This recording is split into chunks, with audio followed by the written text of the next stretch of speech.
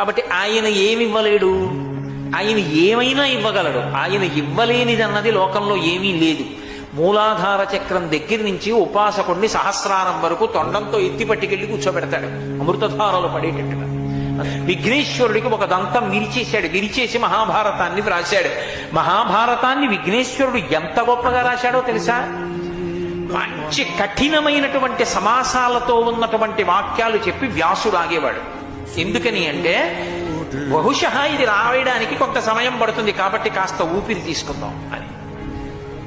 ఆయన అంతా చెప్పి ఏదో ఎక్కడైనా తడబడతాడేమో చూద్దాం, లావలీలుంగలవంగలంగల లలితా లక్ష్యంబు లిక్షించుతను అన్నాను అనుకోండి, ఏమన్నారు అనోసారి ఆగుతాడేమో అని